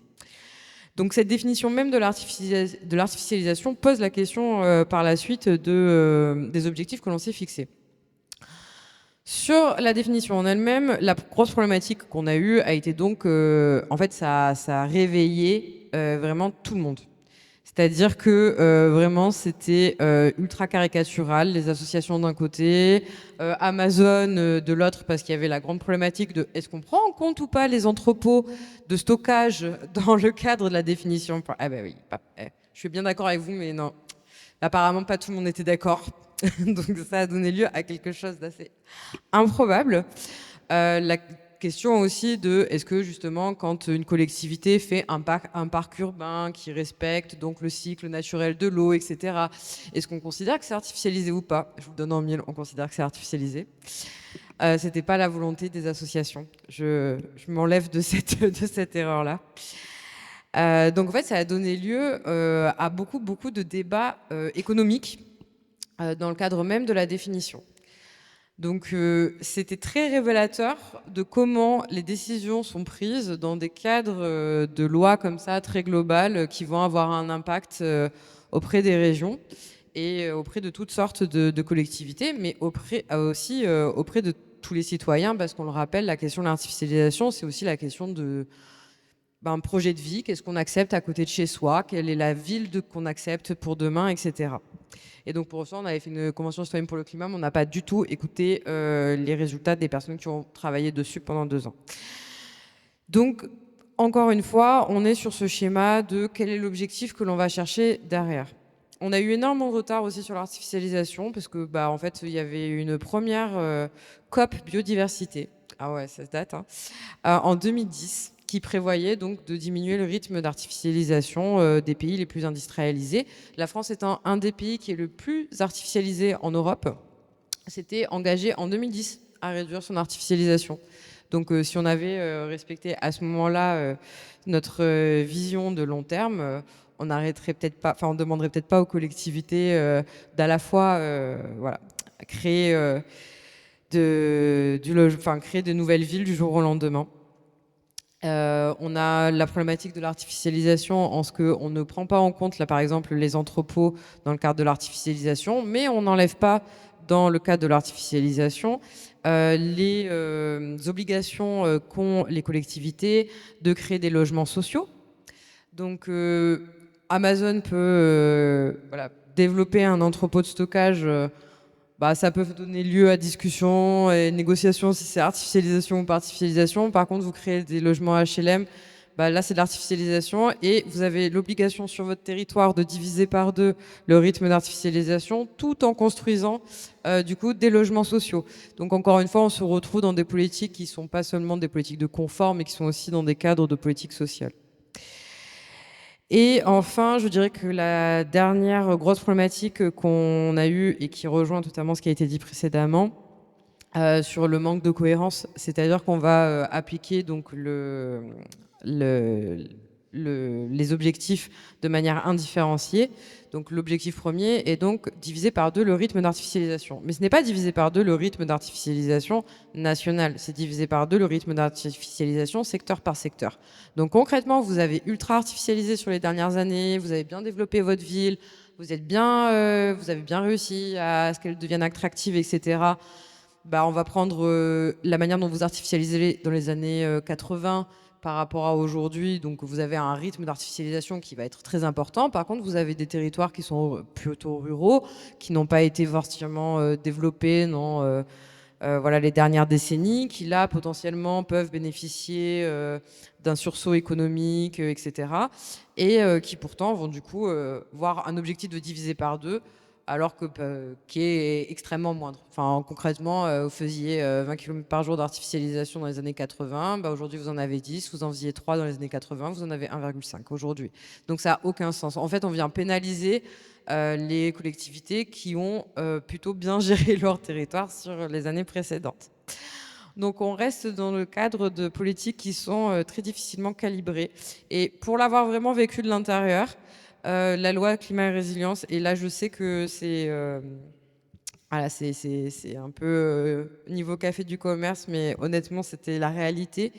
Ça a été mal calibré parce que ça a été le fruit de trop de discussions avec les mauvais acteurs, de trop d'auditions, de trop de prise en compte d'intérêts différentiels. Et donc, on ne s'est pas posé la question de, encore une fois, quel était l'intérêt in fine de ce type de mesure. Est-ce que c'était une mesure purement environnementale? Est-ce que c'était une mesure environnementale de surface? On a voulu mettre en corrélation des objectifs qui étaient bien trop différents. Et je rappelle, à toutes fins utiles, que sur l'ensemble de la loi climat et résilience, 100% des entreprises du CAC 40 ont fait du lobby à l'encontre de une ou de plusieurs mesures. Donc moi, une grande partie de mon métier, c'est d'échanger avec les politiques publiques et le gouvernement pour justement traduire un peu les objectifs environnementaux en politique publique. C'est parfois très difficile quand c'est dans le cadre de lois qui ont fini par être absolument insensés parce que on n'avait pas du tout la même force de frappe que certains lobbies. Et je dis ça en sachant que c'est les chiffres de la HATVP, donc la Haute Autorité de la Transparence de la Vie Publique, qui montrent que, donc, parce qu'on est obligé de disclose qui on a rencontré, quand on l'a rencontré et pourquoi. Donc que ce soit des ONG ou des entreprises privées, ou etc. Et on voit que sur la loi climat résilience, ça a été un peu le moment où, en tant que personne d'ONG, je n'avais jamais vu ça. Ça a été mes 15, 20, 30 mails par heure pour les députés sur la définition de l'artificialisation par les lobbies du Golfe. Ça a été vraiment les lobbies du Golfe, vraiment, mais je pense qu'ils ont une photo de moi quelque part dans une salle obscure et ils jettent des fléchettes dessus. Et c'était du coup un combat qui n'était pas à armes égales, parce que vous doutez bien que c'est pas une seule personne qui intervient sur 15 articles en même temps qui fait le poids face à l'armée de lobbyistes d'Amazon.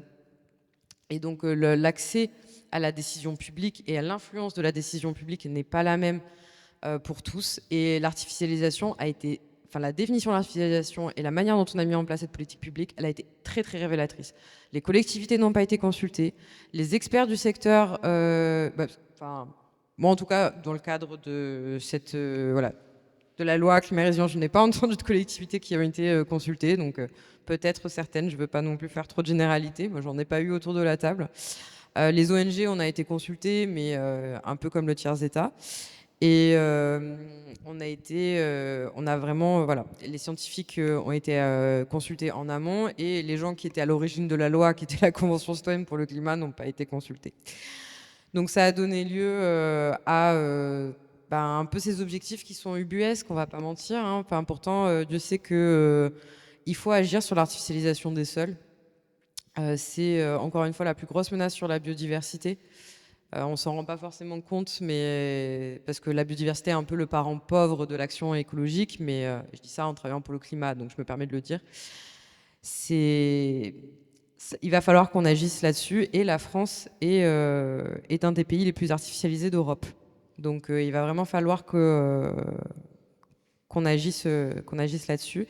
Et donc l'objectif de zéro artificialisation nette était un très bon objectif parce il avait pour but de désartificialiser certains espaces, notamment tout ce qui est friche industrielle et commerciale, donc les anciens espaces, de remettre justement de la naturalité dans le sol, d'aider les agriculteurs à les accompagner dans un plus grand respect des sols, etc. Mais ça n'aurait pu être pris en compte que si on avait une définition cohérente de l'artificialisation et pas la définition qu'on a eue.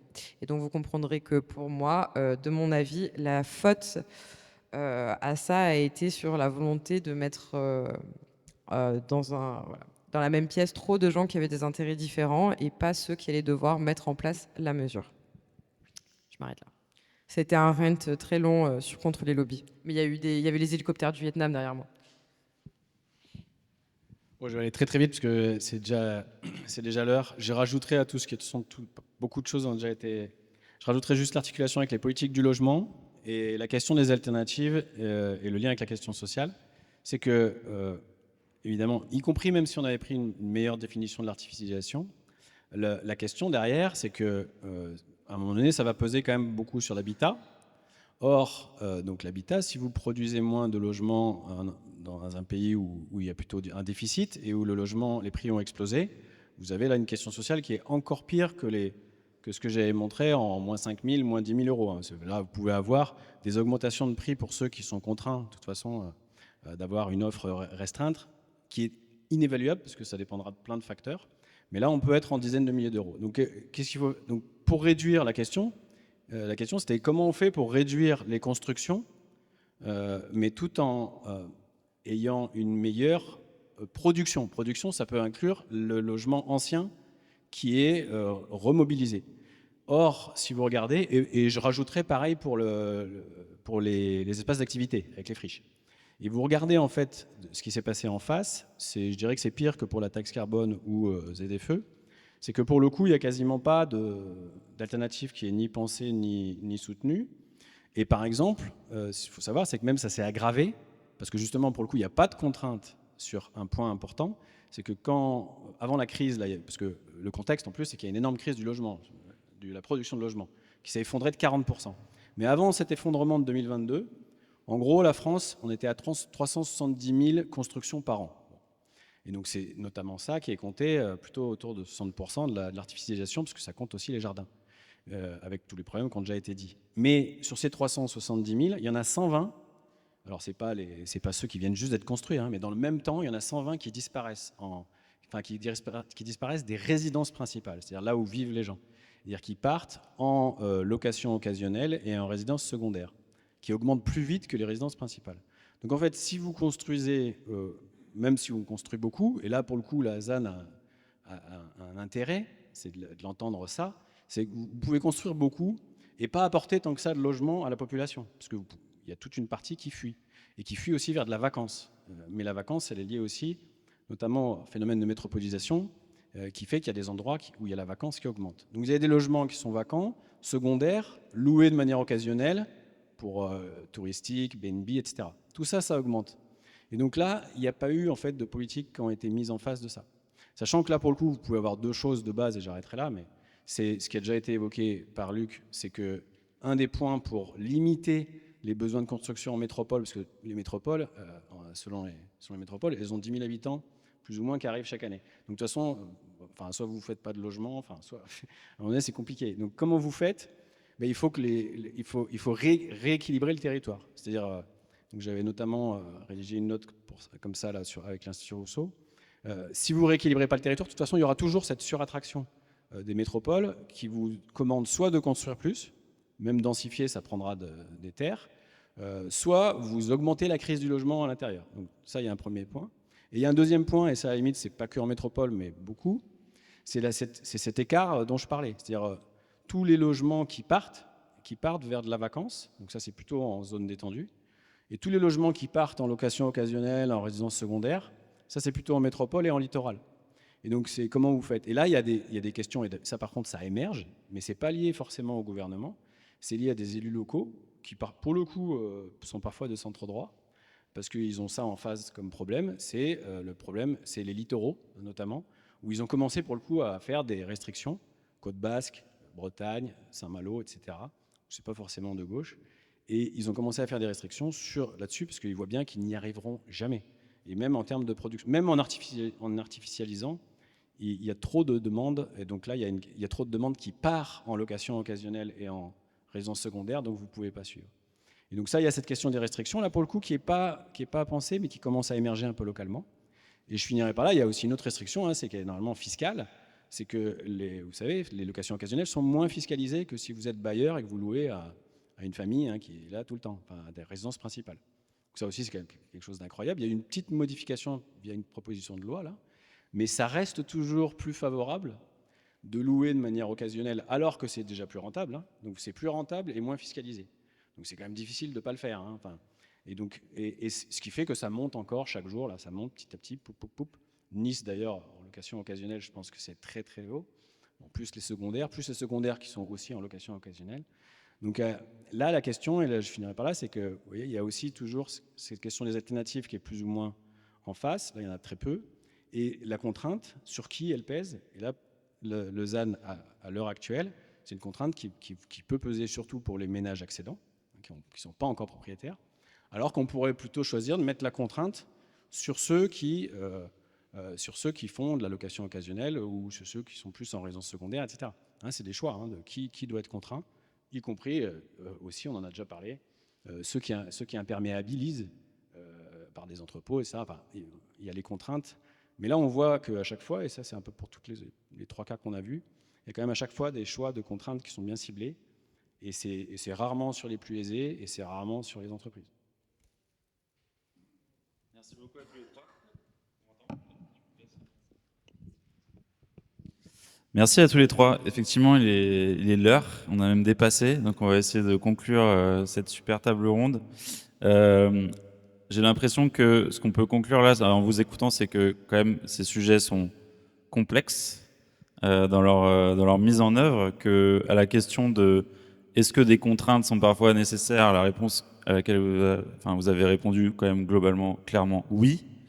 Mais pas à n'importe quelle condition, et le diable se trouve dans les détails. Vous avez parlé de multiples problèmes dans la manière dont aujourd'hui ces propositions et ces mesures sont formulées, des problèmes de définition, juste de base, de la définition qu'on donne aux choses qui créent des biais d'entrée de jeu. On l'a vu sur les vignettes critères, on l'a vu sur qu'est-ce qu'on considère comme étant artificialisé ou non. On a vu des problèmes de mauvaise priorisation des objectifs. Pourquoi on fait les choses? Est-ce qu'on le fait pour avoir un impact ou est-ce qu'on le fait pour récupérer des recettes pour l'État, par exemple? Des problèmes de non-facilitation d'alternatives qui empêchent de facto les gens de pouvoir changer leur comportement et qui créent du coup énormément de frustration et d'incompréhension.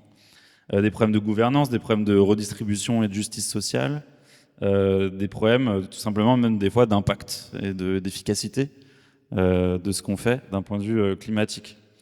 On a l'impression que l'addition à l'heure actuelle, enfin la note qu'on donnerait sur 20 est pas dingue. Ça pourrait faire un peu peur, ça pourrait être un peu démoralisant dans le sens où on pourrait se dire aussi qu'on est en train, avec les propositions en cours, de griller nos cartouches auprès de la population et de décrédibiliser quelque part la nécessité, l'impératif écologique avec des choses mal designées, mal mises en œuvre et du coup mal comprises. Pour autant, est-ce qu'il y a quand même de l'espoir? Est-ce que, moi, je trouve de l'espoir dans ce que vous avez dit, dans le fait que vous avez exposé des alternatives, enfin d'autres manières de concevoir les critères, de concevoir la manière dont on définit ces propositions de loi. Et donc, voilà, peut-être pour finir, on n'a pas le temps de prendre des questions, mais moi je me demande est-ce que certains parmi vous, pareil à main levée, ont changé d'avis sur certaines mesures à l'écoute de cette table ronde? En positif ou en négatif, hein? À la plupart d'entre vous quand même.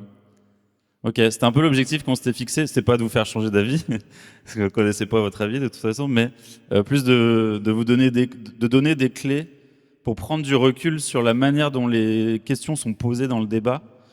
Alors c'est pas là en 2 heures que voilà on va s'outiller collectivement, mais en tout cas de juste montrer que parfois la question est juste mal posée, le débat est mal posé. Il faut prendre un pas de recul et c'est ce qu'on a essayé de faire là avec nos intervenants, c'est de montrer la complexité des sujets et que c'est pas tout noir ou tout blanc, c'est juste des fois la manière dont on le fait ou la manière dont on le met en œuvre qui va faire le succès ou non, la compréhension ou non, l'impact ou non, la justice ou non de ce qu'on fait. L'intelligence collective est un mot-clé qu'on peut placer ici.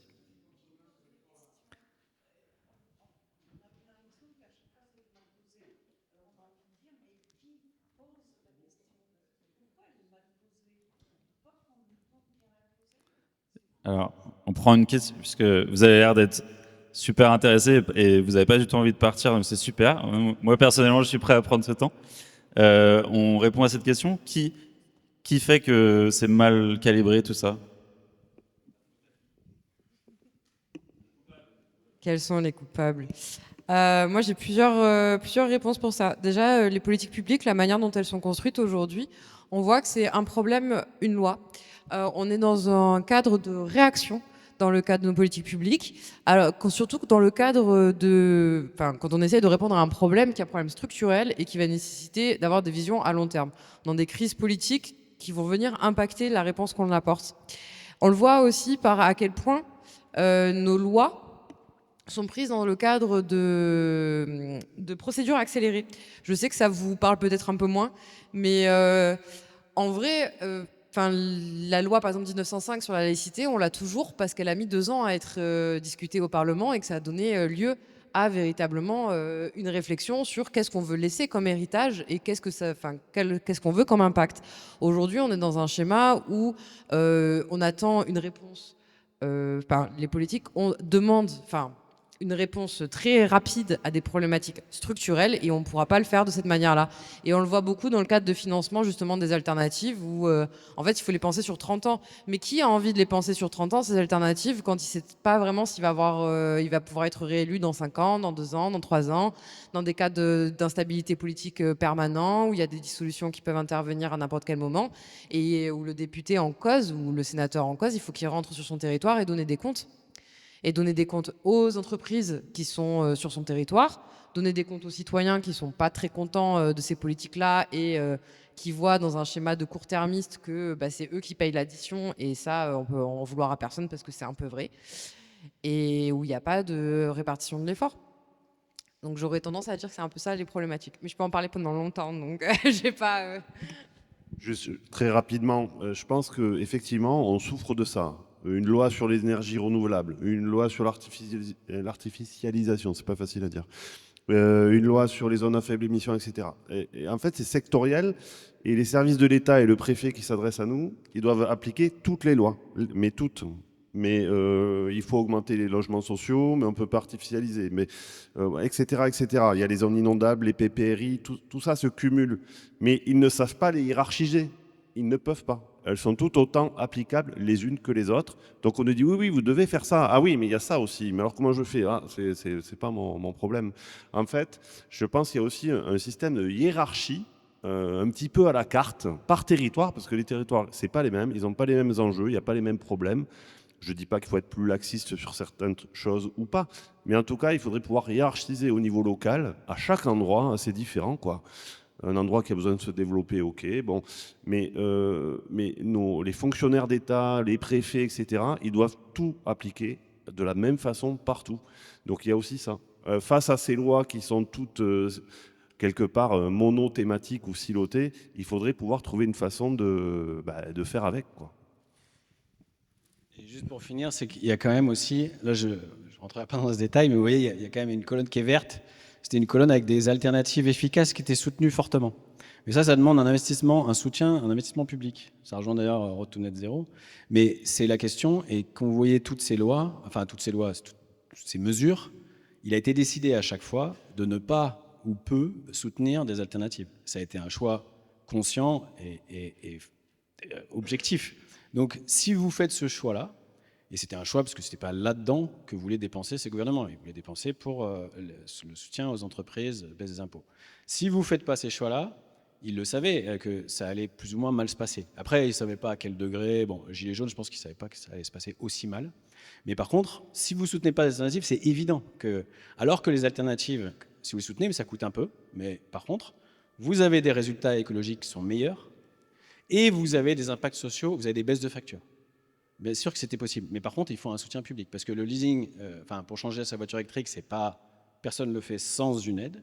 Et pour rénover globalement sa maison, quand c'est une maison énergivore, vous ne le faites pas sans une aide. Par contre, avec une aide, on le sait maintenant, moi j'ai notamment évalué les politiques de réno énergétique, ça fonctionne. Hein.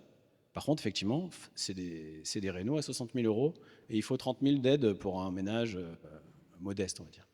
Donc ça coûte un petit peu. Mais par contre, vous avez des impacts qui sont énormes. Mais le choix, il a été fait de ne pas soutenir ces alternatives.